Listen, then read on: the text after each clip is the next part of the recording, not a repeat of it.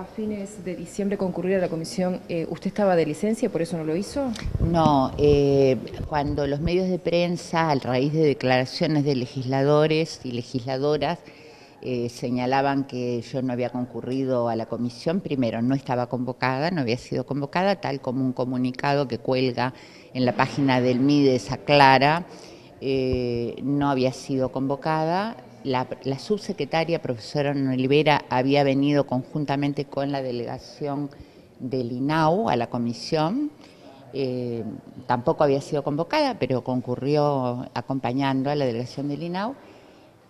No estaba de licencia y en el día de hoy me entero por los medios de prensa que estoy de licencia, pero el presidente de la República no dice lo mismo porque tenemos también las actas, la resolución que está colgada en la página de presidencia que dice claramente de cuándo a cuándo, que fue del 2 al 13 de enero que tuve de licencia. Con más distancia de los hechos, ¿cree que fue un error? ¿Se apresuraron en los traslados teniendo en cuenta que 4 personas fallecieron? ¿No se tomaron en cuenta algunos aspectos que pudieron haber incidido? Yo tengo que decir con un dolor profundo que lo que más me ha mortificado y dolido en todo este tiempo es que cuando uno empieza a hacer la arqueología de todo este proceso y empieza a mirar todos los documentos que existen para atrás, ya todavía en directorio de gobierno el doctor Valle, ya allí había intervenciones en estas aldeas de la bondad, ya allí había intervenciones contables, intervenciones médicas, intervenciones de concepción de trabajo. La primera etapa, en enero de 2005, todavía no había asumido un nuevo directorio del nuevo gobierno de Frente Amplio, ya hay una resolución del directorio, que en aquel momento estaba Graciela Rompañ, Estela López, Repeto, donde se plantean las intervenciones a raíz de los problemas que estaban suscitados allí. Es verdad además que recién, yo siempre lo digo, recién a fines del 2004 el Uruguay aprueba el Código del Niño y del Adolescente, que cambia totalmente los ejes, ¿verdad? Y también tenemos, recién ahí empezamos a adherir a las convenciones vinculadas a los derechos de las personas con distintas discapacidades. Por lo tanto, si hay algo que me duele, que me molesta, que hemos compartido realmente el sufrimiento con la presidenta de INAO, con el directorio, con ACE, con los médicos, con el doctor Kian, con el ministro de Salud, es no haberlo hecho antes. Es decir, en realidad es una determinación muy dura, es una determinación radical que nos expone como sociedad a un problema que tenemos y que lo tenemos que resolver, porque ahora estamos con este tema, pero tenemos 617 personas adultas con distintos grados de discapacidad, pero fundamentalmente con discapacidad profunda, que fueron entregados a la tutela de INAME primero, Consejo del Niño, INAME y luego INAU, que hoy tienen 60 años porque la ciencia avanzó lo suficiente para que la sobrevida sea mucho mayor, pero hoy tenemos que asegurarle los derechos, hoy tenemos que asegurarle la calidad de vida. Y de eso se trata. Y eso es un proceso complejo, difícil. Hay dos opciones, o hacer la plancha o tomar medidas. Decidimos tomar medidas y seguimos convencidos de tomar medidas con toda la tragedia que esto implicó, no porque no nos duela, no porque seamos insensibles, especialmente porque somos sensibles y porque creemos que son personas con derechos. Y hay otro paradigma hoy. No son siempre niños, no son enfermos alejados de la sociedad.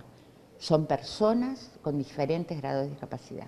Ministra, ¿cuál es la situación actual en Aldea de la Bondad y qué es lo que se está planificando? Por la información que me ha brindado la presidenta del INAU, se sigue trabajando para continuar con los traslados. ¿La idea es que se traslade todas las personas que están allí? Es absolutamente necesario, pero además partan de la base que la Asociación Aldeas de la Bondad, la Fundación INCOS, en realidad, rescindió el convenio que tenía con INAO. O sea que en realidad hubo un desalojo, para decirlo, después me dirán que cómo dije este término, pero objetivamente la fundación que está a cargo de Aldeas de la Bondad, la dueña de Aldeas de la Bondad, de la cual estamos hablando, tiene convenio estos convenios del año 86, rescindió el contrato. Por lo tanto, había que sacarlos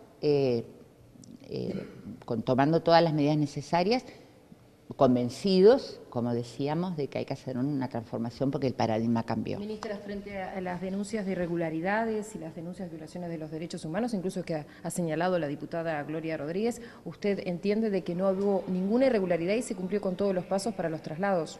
Sí, no solo lo digo yo, si ustedes leen con atención, y la diputada, como la diputada de Aguiluz, estuvieron presentes en la comisión todo el tiempo, si ustedes leen las actas, que son voluminosas, que son detalladas, las respuestas de los pedidos de informes que se le han hecho profusamente a la diputada por parte de INAU, tanto ACE como Ministerio de Salud, como Ministerio de Defensa, como INAU hicieron unas exhaustivas explicaciones, datos, incluso digo esto, se ha ido hacia atrás y seguimos yendo hacia atrás para ver toda la secuencia de lo que ha ido sucediendo en este caso y en otros, porque insistimos, hay otros casos donde se atiende de una manera diferente, donde no hay denuncias. Acá nosotros mismos nos encontramos con denuncias anteriores a esta etapa de gobierno,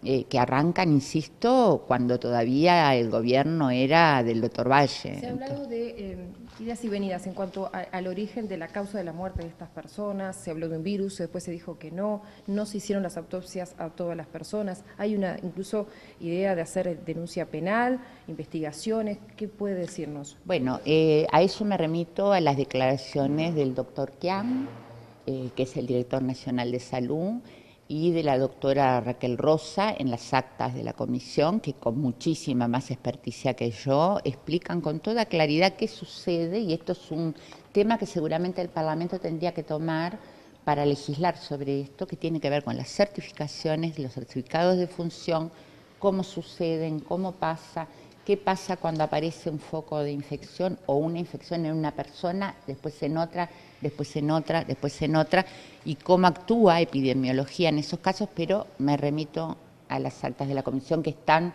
ampliamente detallados por médicos. ¿Cuántas personas quedan trasladar y cuándo va a ser eso y dónde van a ser llevadas?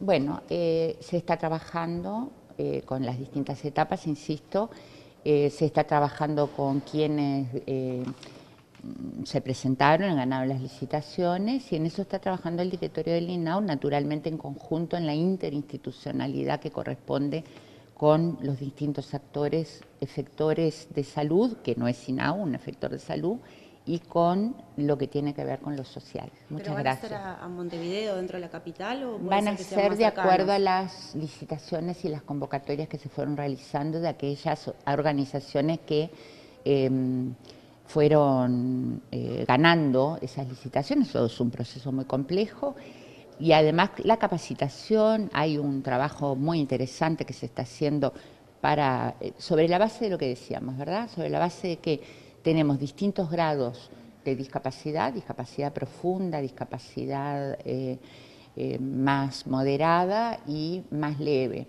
Y dentro de eso entran toda una gama de atenciones diversas. En esto se está trabajando, insisto, en el cambio de la concepción, en el cambio del paradigma.